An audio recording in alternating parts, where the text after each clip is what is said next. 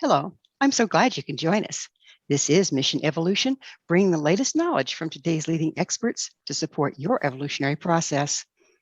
This hour will consider making a difference with scientifically proven actions.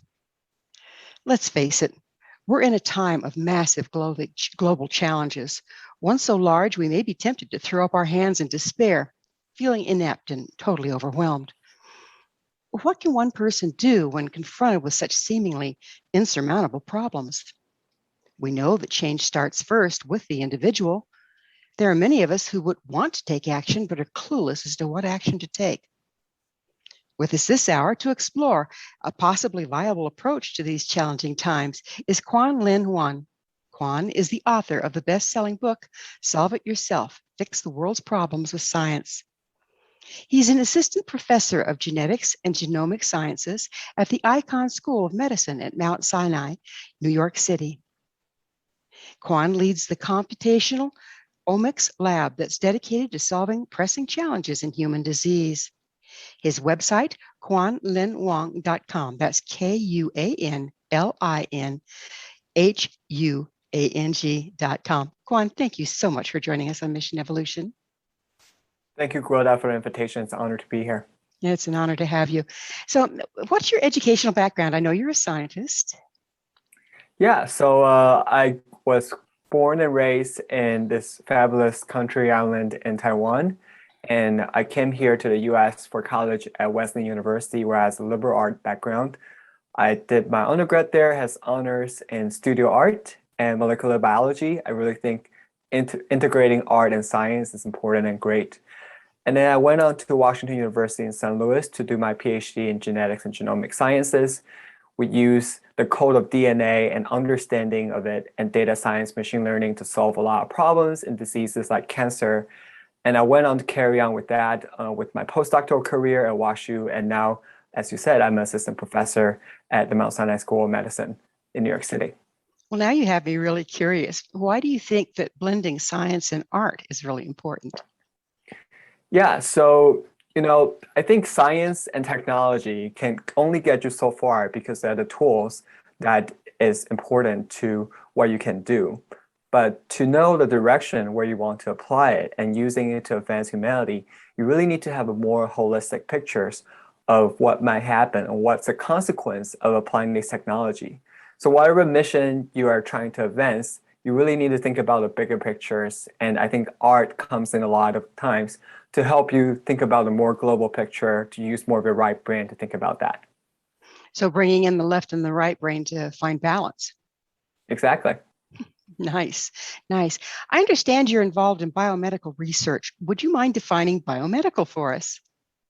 Sure, yeah. So I call it biomedical research because it's really applying our understanding of biology to solve medical problem. And if you think about it, all the medical issues we might have, whether it's cancer, Alzheimer's, eventually comes down to the biology of us being a living organism. And being a living organism, we are great at doing specific things, but we might also suffer from natural consequences like aging, infected by viruses and such. So if we understand the biology better, we can often find ways to prevent or even treat the diseases sometimes. You lead the Computational Omics Lab. What is that and what do you do there? Yeah, so computational omic. Omic refers to the global view of all the molecules that's involved in your body, your biology, and maybe in a disease state. So previously, for example, if doctors diagnose you with breast tumors, they might see a lump in the breast and they are treating it all the same. They try to cut it out, they try to go through chemotherapy. But now with all the advanced technologies we are able to get the whole down to each molecular detail of what really went wrong in that specific patient's tumor. So now when you go into the clinic, we do this technology characterization and we do advanced data analytics and machine learning to really find the best drug that can best treat each patient. And so our lab is focused on the computational end of that really try to make sense of the data. And really when the next patient comes in and generate all the data about this patient's disease, really be able to find the best way ahead for the patients. What do you see as what's going to come of us combining that big data and machine learning with healthcare? Yeah, so I think this is definitely a really hot direction that will bring about a lot of innovations and breakthrough in how we treat disease. Like I said, previously we treat them kind of in a blindfolded manner, but now we know the whole picture. So we're able to have this kind of so-called personalized therapy that we really understand each person's specific disease. The other side of this opportunity I can see is that a lot of the new tests, diagnostics, and also concerns the way that how each of us sleep, how each of us eat, how each of us exercise. And maybe with more and more of these data, we can optimize, based on each of our own genetic code and our family history, our molecular data, what's the best way for us to live a healthy life without even getting these diseases in the first place. And I think that would be a really promising way for us to go forward too. Well, it sounds like you're going to need a massive amount of information on each individual for that to be personalized. How can you manage that? Yeah, it does require a lot of information. But actually, if you think about it, now we do have a lot of information about each of us already. Every time each of us interact with the technology, we already generate a lot of data about where we're going, that kind of stuff. Even Google Maps sometimes know how much you walk and bike. The other side of it is that we probably will have more and more of these preventive diagnostics. So, when you are born, and a lot of the audience, and maybe some people have got genetic testing like 23andMe, this kind of technology is going to become more readily available for more individuals. So you can, before even a disease, know your disease risk and where the highest risk lies. And then you are able to design your best route for yourself to, maybe you eat a specific kind of diet or exercise in a specific interval to prevent those diseases. Do you see insurance and healthcare? And, right now my insurance company has my preferred provider, and I go in and they end up with a scary amount of information about me.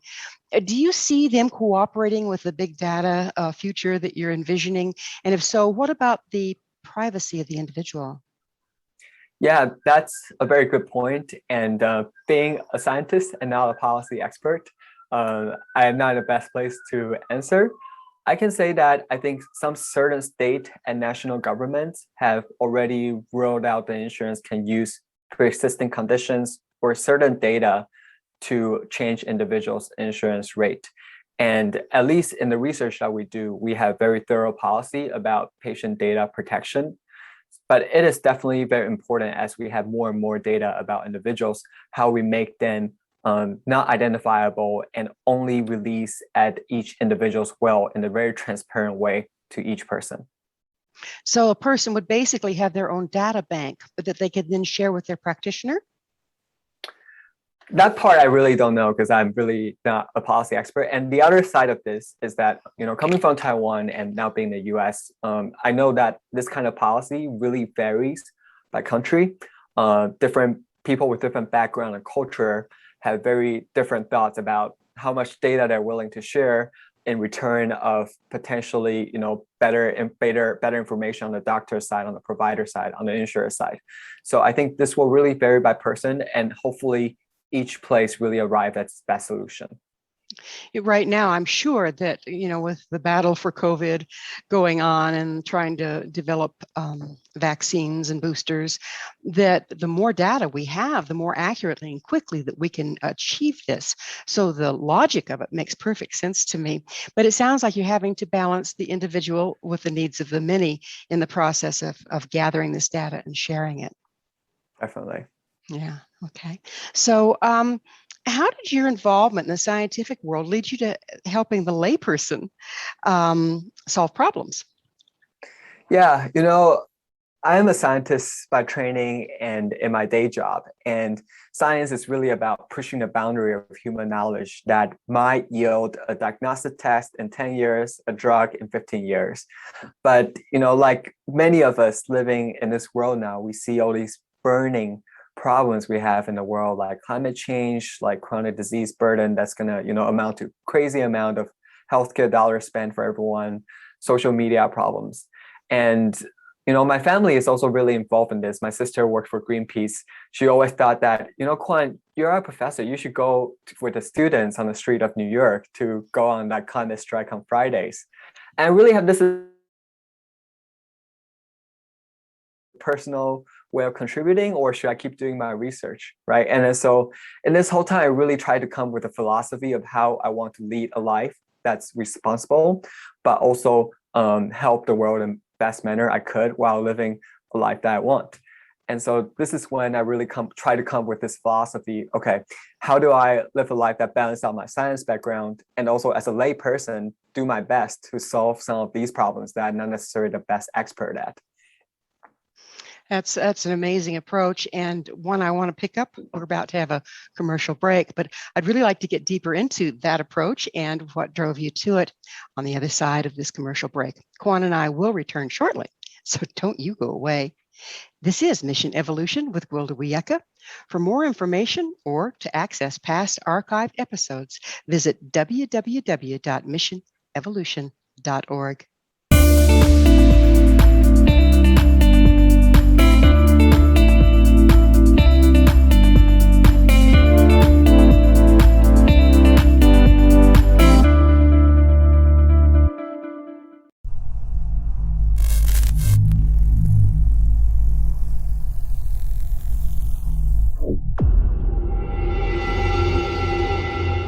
Whether you're a skeptic or a believer, join me, Rob McConnell, as together we'll investigate the world of the paranormal and the science of parapsychology here on the X-Zone Radio TV show on XZBN and the X-Zone TV channel on Simul TV. Since 1990, the X-Zone Radio TV show has been the place where people dare to believe and dare to be heard. Together, we'll investigate UFOs, aliens, ghosts, Bigfoot, psychic phenomenon, lake monsters, conspiracy theories, government cover-ups, the truth embargo, alien abductions, ESP, haunted locations from around the world, and so much more. With over 28 years of broadcasting and more than 4,500 individual guests, the X-Zone is truly a place where fact is fiction and fiction is reality, as evidenced by the credibility, integrity, and professionalism of the guests that we bring to our international audience. If you have seen a UFO, had a close encounter, seen a ghost, Bigfoot, lake monster, or a story that you would like to share or have investigated, contact me, Rob McConnell, by sending me your email to xzone@xzoneradiotv.com, or you can call toll-free 1-800-610-7035, extension 143, and on Skype, X-Zone Radio TV. For more information on the X-Zone Radio TV show with yours truly, Rob McConnell, visit www.xzoneradiotv.com or www.xzonetvchannel.com or simultv.com and xzbn.net. Until next we meet here in the X-Zone from our broadcast center and studios in Hamilton, Ontario, Canada, always remember, X-Zone Nation, keep your eyes to the sky and your heart in the light.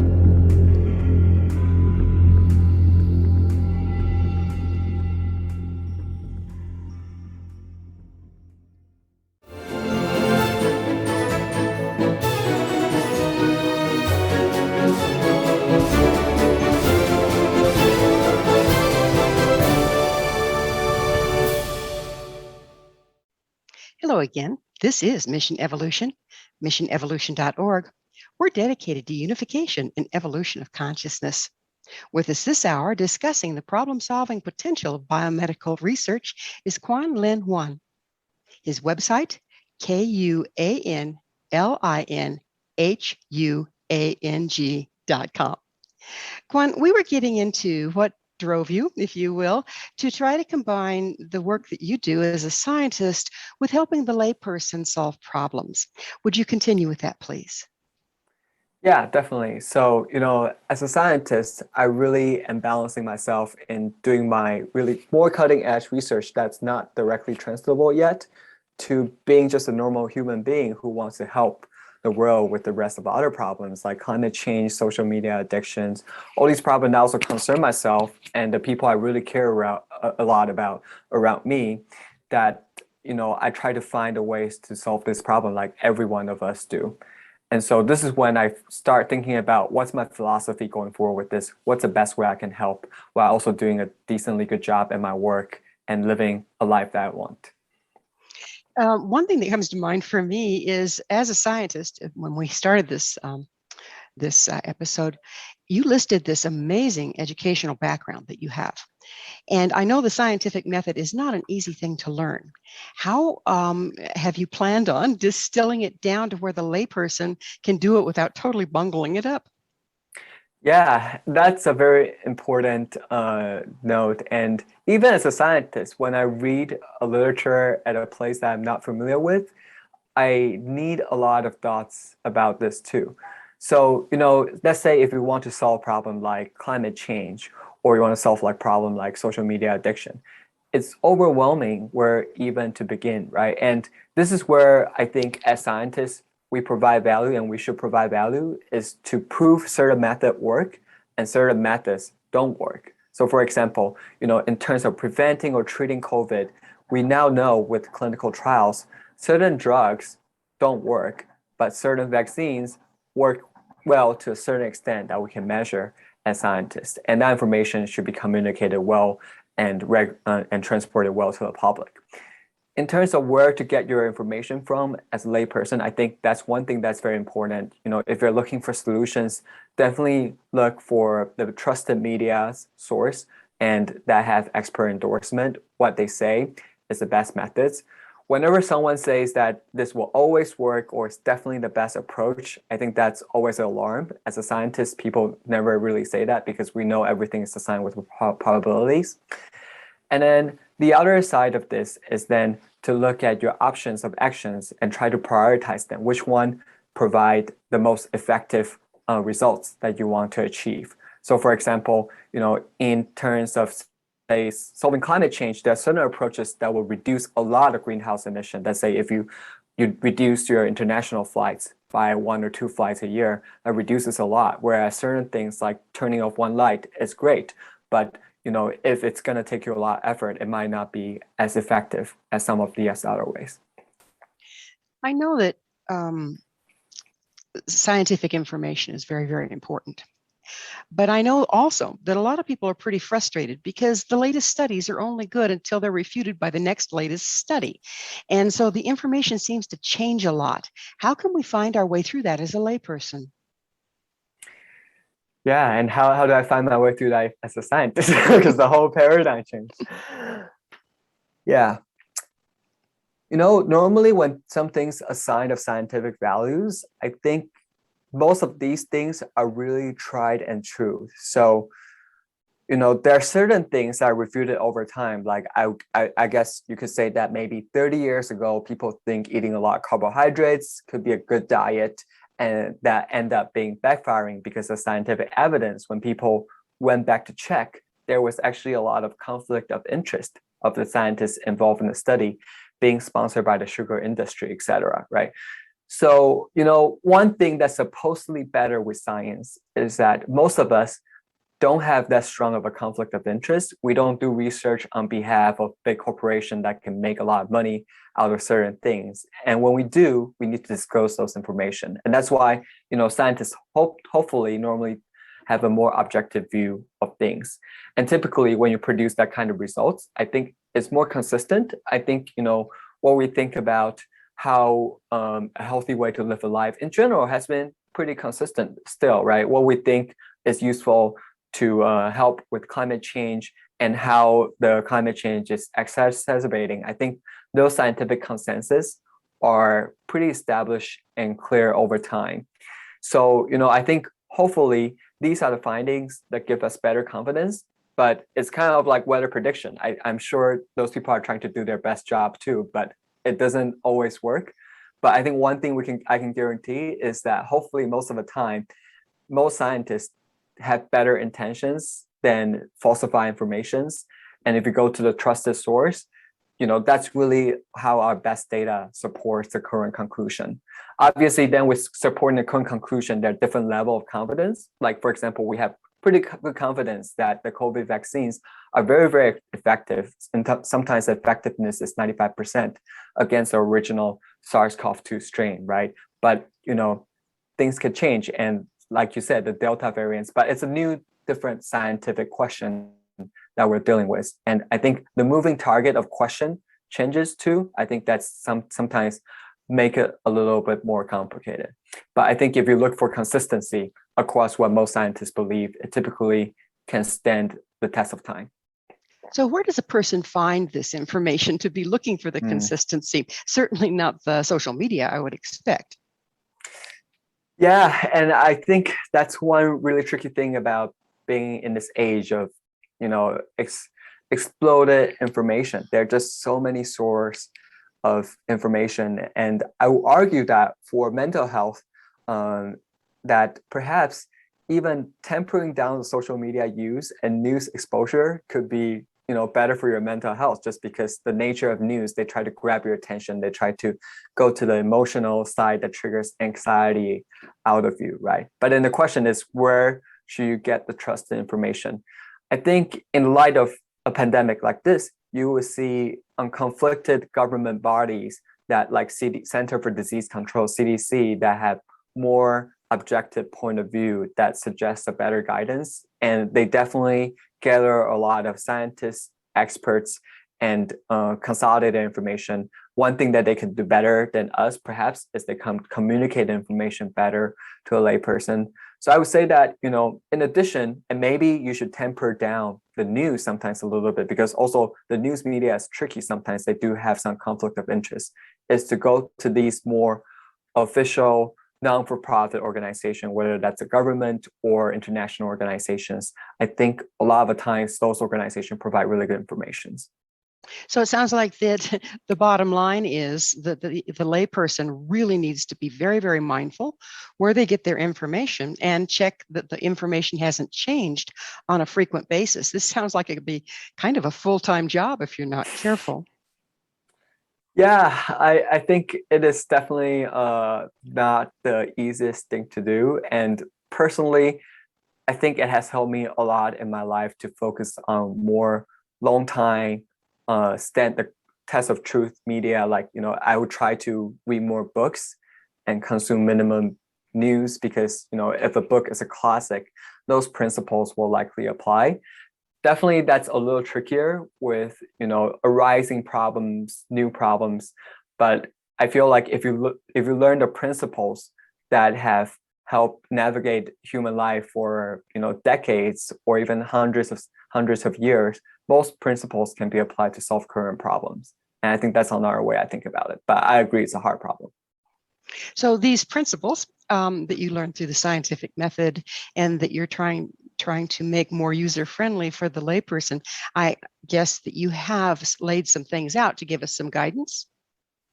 Yeah, so I think, one philosophy that I really like, no matter what problem you're facing, is, try to solve it yourself, solve the problem yourself, right? And I think people have this DIY philosophy when they try to assemble their own closet, fix their own bike. But, in thinking about the world's problem that each of us facing, it is definitely overwhelming with all this amount of information. But if you really break it down to a solve it yourself philosophy, and really think about what's the root cause, who's responsible here, and what are the proven action to take, it will really help you navigate a lot of these problems. So you're advocating individualizing solutions, and that does make sense, is the point there, so that the solutions can be one that are user-friendly for the individual. I agree, and everyone have their own path in life. So I think it's definitely just a framework to help individuals think how they should take actions and their way of living their life.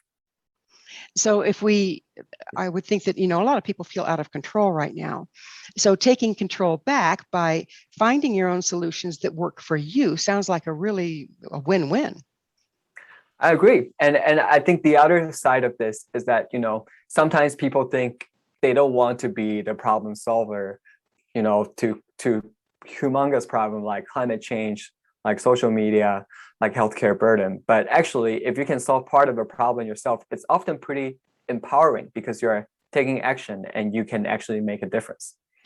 So true, so true. It is time for another break. Kuan and I will return to our discussion shortly, so you stay right there. This is Mission Evolution with Gwilda Wiyaka.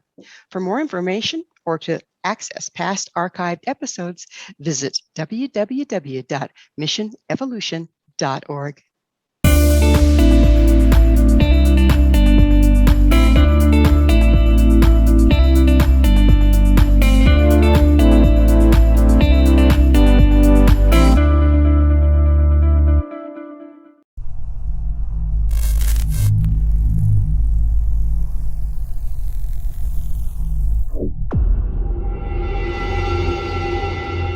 Whether you're a skeptic or a believer, join me, Rob McConnell, as together we'll investigate the world of the paranormal and the science of parapsychology here on the X-Zone Radio TV show on XZBN and the X-Zone TV channel on Simul TV.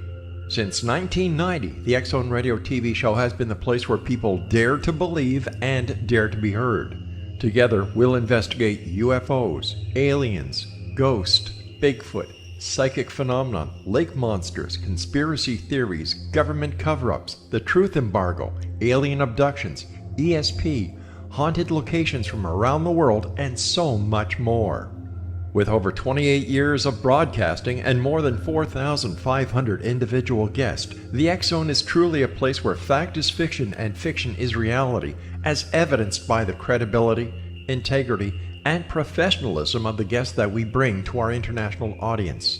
If you have seen a UFO, had a close encounter, seen a ghost, Bigfoot, lake monster, or a story that you would like to share or have investigated, contact me, Rob McConnell, by sending me your email to xzone@xzoneradiotv.com, or you can call toll-free 1-800-610-7035, extension 143, and on Skype, X-Zone Radio TV. For more information on the X-Zone Radio TV show with yours truly, Rob McConnell, visit www.xzoneradiotv.com or www.xzonetvchannel.com or simultv.com and xzbn.net. Until next we meet here in the X-Zone from our broadcast center and studios in Hamilton, Ontario, Canada, always remember, X-Zone Nation, keep your eyes to the sky and your heart in the light.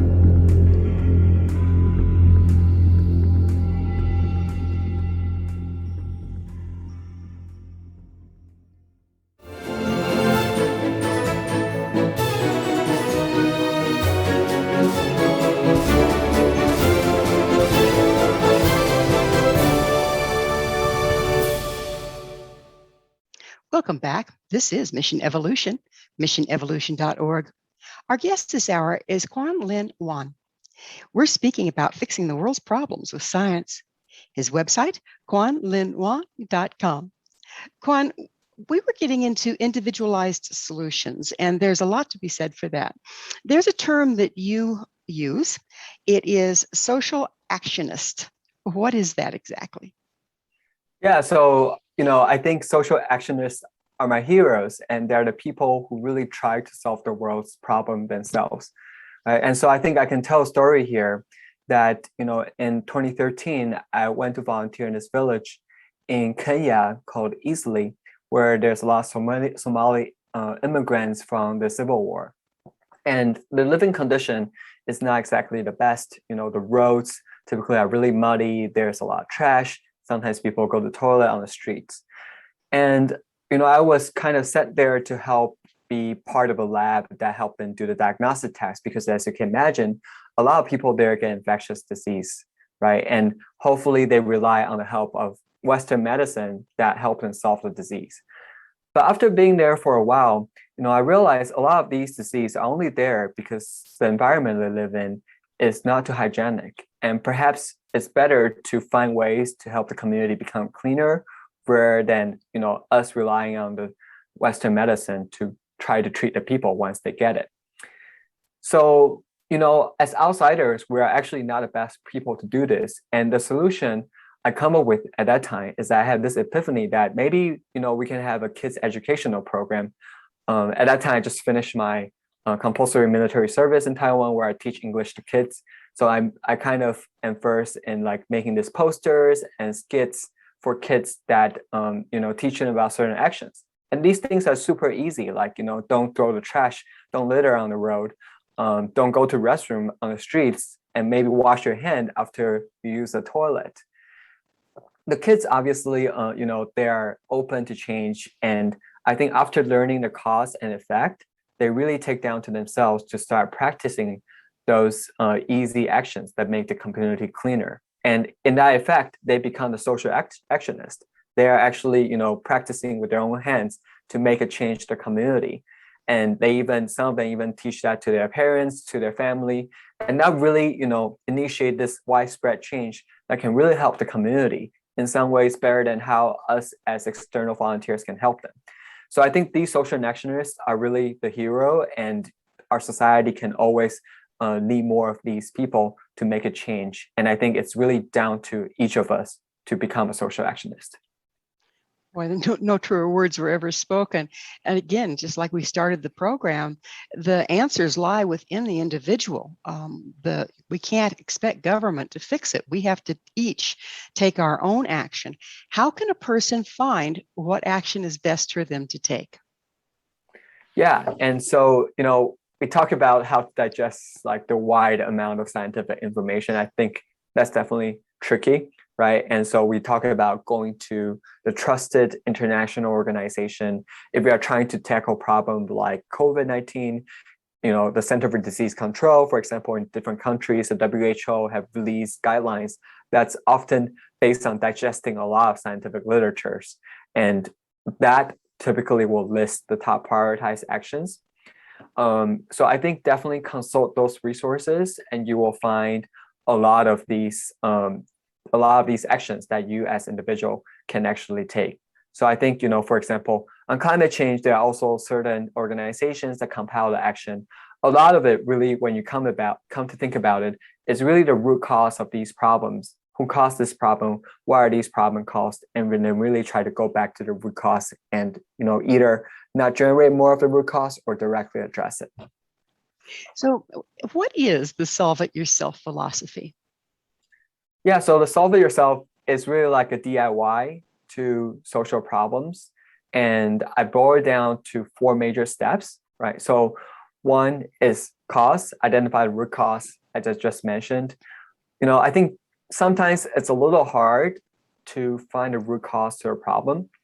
I think, for example, when the COVID-19 pandemic first broke out in New York City, where I'm currently residing at, it's very tricky to know what actually caused the disease to spread like wildfire, right? And I think one technique that's really useful is to ask many whys in a row, right? So, the disease spread like wildfire. Why is that? Well, because each infected person spread to more than one people.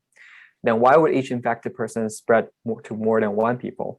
Well, then we figure out this is an airborne virus that transmit to other individuals, especially indoor environment. People are talking, singing, that kind of environment really produce those transmissions. And then so maybe we should really try to address those, right? So that's the first one, is the cause. Second is, once you identify the cause, you realize for a lot of these social problems, we really need to change our mindset. It's really, most of the time, not just a single government or single big corporation's fault, but each of us contributed some action to the root cause, and each of us have a role to play and can carry some responsibility into addressing this. And, I'm not a parent yet myself, but I think one thing that I'm really amazed at all the time is that when I see my friends become parents, they become so responsible, right? Imagine if you're a parent for a child in a place where, the school's education isn't that good. Are you going to go yell at the government, and until they change a policy, you don't try to educate your kids better?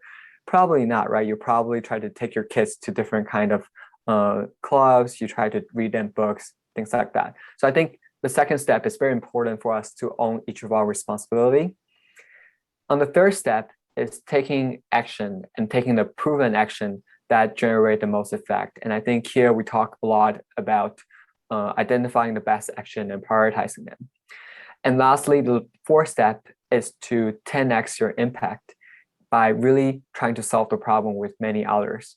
And here I can think about, if you identify, let's say, a way to probably solve climate change by reducing waste by always, bringing a reusable container to certain place that you shopped pretty often, then maybe you can start doing this with a group of friends. And maybe in the process, your group of friends will also affect more other people. And so that will be more fun and also more accountable when you try to do these actions together. And I think in the end, although it's really start from yourself, the action is a great grassroots movement that really enlarged to a societal scale. And that may have comparable, if not even bigger effect than some of the change that comes from the top down that sometimes people don't follow. So I think, again, going from number one, identify the root cause. Number two, mindset, own the responsibility you have. Number three, take the proven actions. And number four, working on it together with others and, a larger impact. So it sounds like what you're doing there is starting from the inside. What is the problem? How do I see it? Why? And then moving it, taking responsibility, that's still an inside job. Choosing an action, that's still an inside job, but then it ends up with sharing your enthusiasm and trying to get other people to initiate their action. How would you suggest motivating people? Because let's face it, people aren't motivated. Yeah, I agree. And I think, each of us is on a different journey. I think that's where the mindset part comes in, right? And I think every of us have a different problem that we are more passionate about solving. I think that's an important place to start. What really is a single problem that you are most passionate about addressing? And, I think sometimes people have this mentality that, like the climate is changing, the sea level is rising, but I think it's all just because of the fault of, the gas mining industry. They are burning too much fuel and I really can't do much about it. Well, I think if you think about it, the industries are doing what they do because there are certain demands. And if you're like me, that take cars to go certain places, sometimes that take an airplane flight, sometimes you are contributing to that. And so I think it's very important to own your responsibility.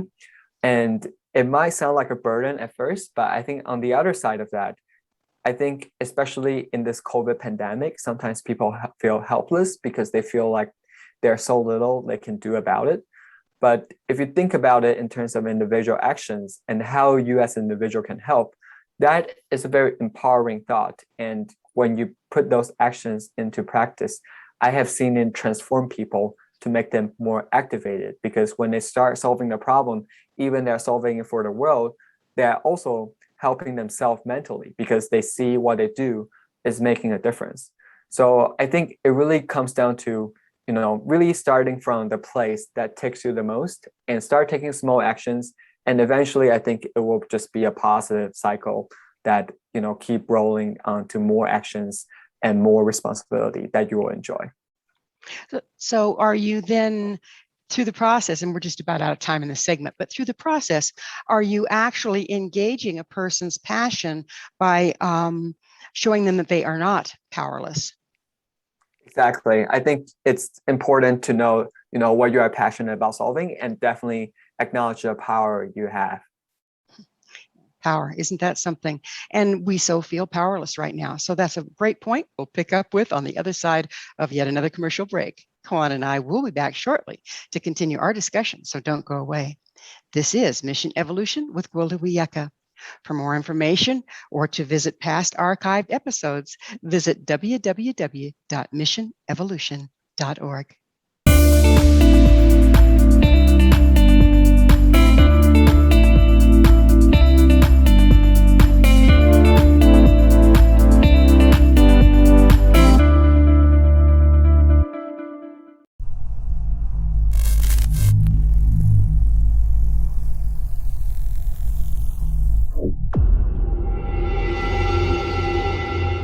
Whether you're a skeptic or a believer, Join me, Rob McConnell, as together we'll investigate the world of the paranormal and the science of parapsychology here on the Icahn Radio TV show on XZBN and the Icahn TV channel on Simul TV.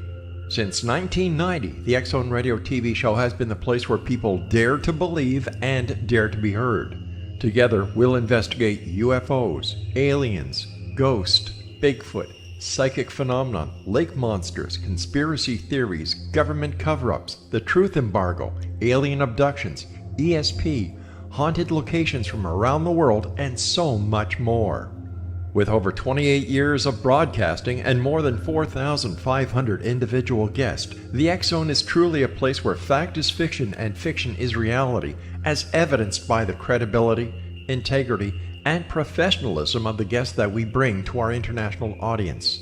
If you have seen a UFO, had a close encounter, seen a ghost, Bigfoot, lake monster, or a story that you would like to share or have investigated, contact me, Rob McConnell, by sending me your email to xzone@xzoneradiotv.com, or you can call toll-free 1-800-610-7035, extension 143, and on Skype, Icahn Radio TV.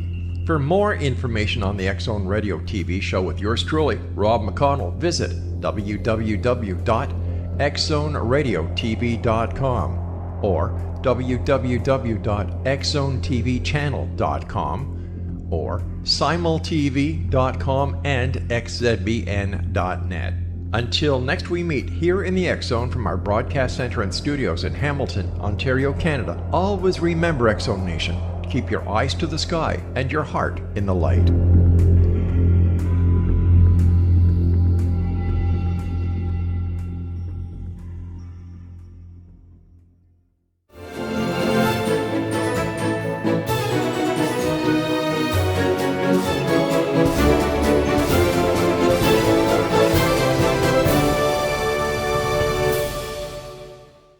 Welcome back. This is Mission Evolution, bringing together gifted people of service to the world. To find out more about me, Gwilda Wiyaka, my school, and the other evolutionary tools we offer, visit findyourpathhome.com. This hour, we're sharing thoughts with Kuan-lin Huang. His website, kuanlinhuang.com. Juan, we were getting into the empowerment of the individual and how so many of us feel absolutely powerless until we start taking action and see that action bear fruit. But like you say, with your procedure, the most important part is figuring out which action to take so that it does have a positive effect.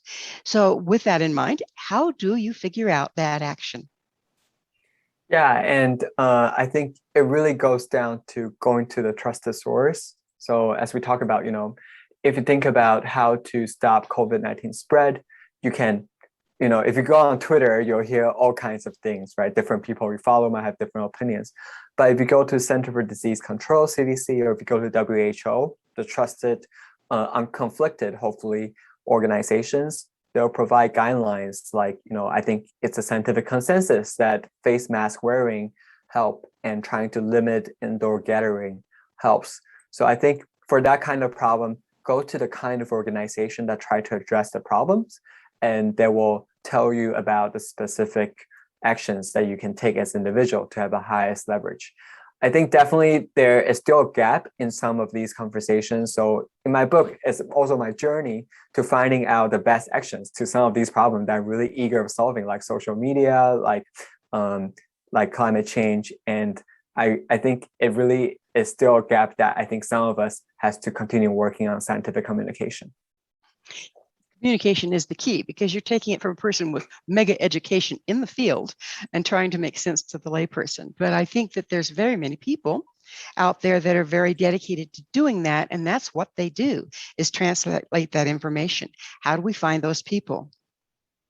Yeah, so I think a lot of the people work for these kind of non-for-profit or governmental organization that disseminate the knowledge. And I think, definitely there are people in Center for Disease Control that are in charge of really releasing the information to the public. There are definitely people in WHO, or my sister worked with Greenpeace. They're really the experts in kind of disseminating these information. And I think those sources are great because also they're less conflicted. than some of the things you can see on certain people's social media, etc., that those people might have certain conflict of interest. So I think those big governmental or non-for-profit international organizations are a good source. Very nice. So on other health fronts, what success has your group had in cancer research? Yeah, so I think now, as we talked about in the beginning of the show, now we're able to use technology to generate all the big data in medicine, and we combine with all the big data that an individual may have, we might be able to come up with better personalized therapy for each person. And also, now we have more and more better machine learning techniques and more data to learn from. We can better predict disease risk at a level that we never had before. So once an individual is born, maybe in the future, we will all be subjected to some kind of genetic sequencing to know the entirety of a genetic code. And we will know what's the highest risk of this individual getting a certain disease and how this individual might attune their diet or exercise lifestyle to tackle the disease. Now, I want to say one thing is that we have made a lot of progress with others in really trying to find the best treatment. But I think something that's really tried and true, especially in terms of disease, is that prevention is always much, much better than treatment, right? Even if we have the best treatment in the world, it's definitely not better than not having the disease in the first place. In cancer, a lot of times we're still talking about 5-year survival. And if you improve that, that's great. But if you think about it, 5-year survival really is not that long to live. But if you never have cancer to begin with, I think that's a better place for most people. So I think one thing I'd like to highlight here is, we talk about a solve it yourself philosophy. And there's a lot we can do with cutting edge technology development and biomedicine. But in the end of the road, even for these really hard problems, solving yourself and leading a healthy lifestyle will be most helpful to at an individual level to prevent all these really difficult diseases like cancer, Alzheimer's, and even COVID-19. Is there a scientifically proven method that we can prevent cancer?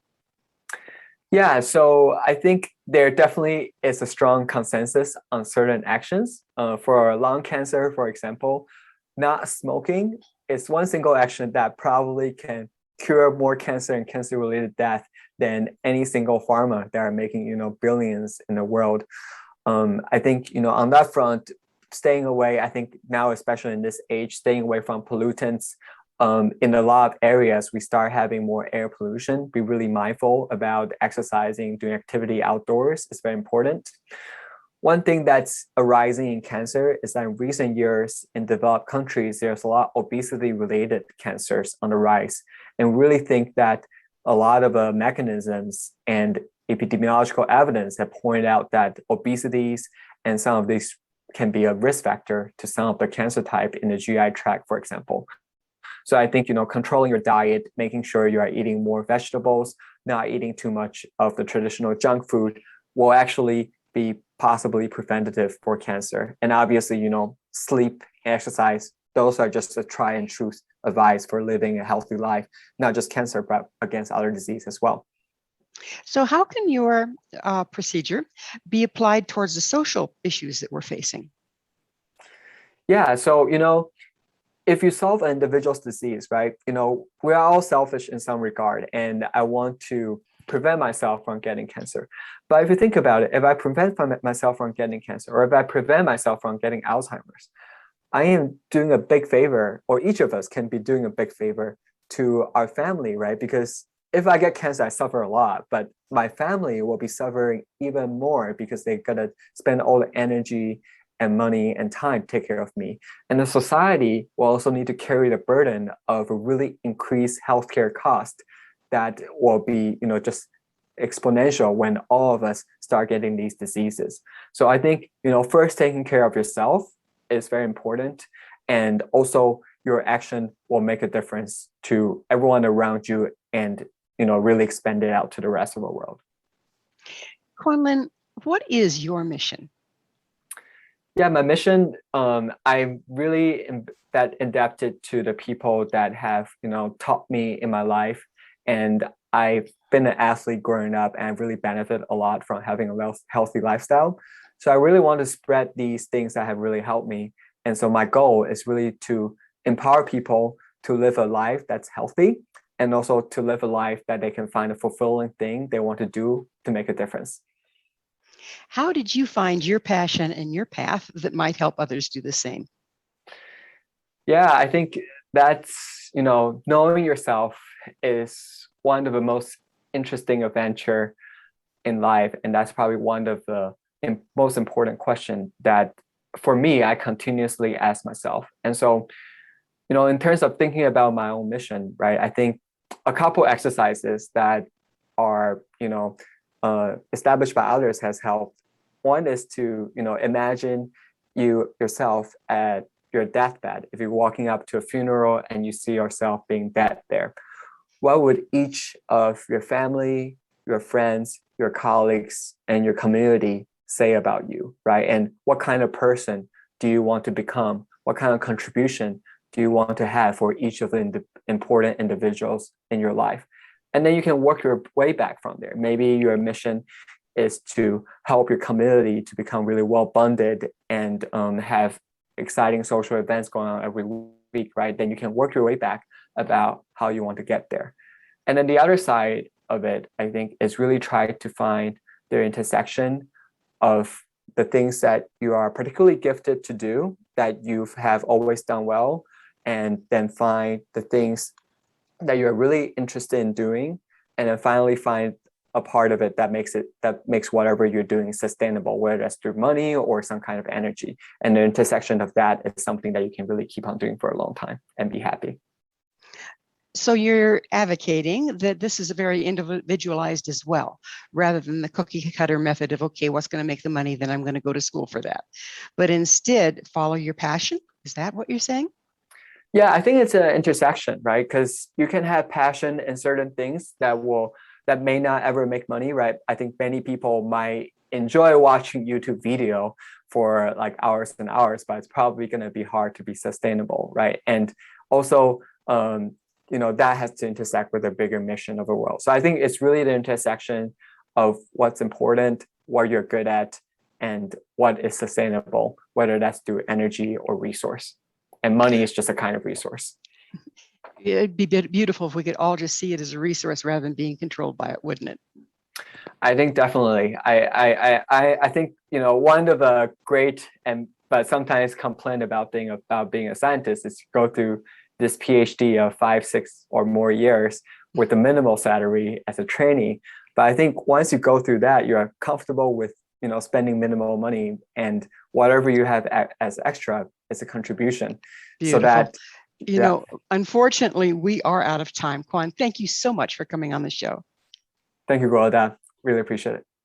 Our guest this hour has been Kuan-lin Huang, Assistant Professor of Genetics and Genomic Sciences and author of Solve It Yourself, Fix the World's Problems with Science. His website, kuanlinhuang.com. This has been Mission Evolution with Gwilda Wiyaka. For more information or to access past archived episodes, visit www.missionevolution.org. Join us next time as the mission continues, bringing information, resources, and support to our evolving world.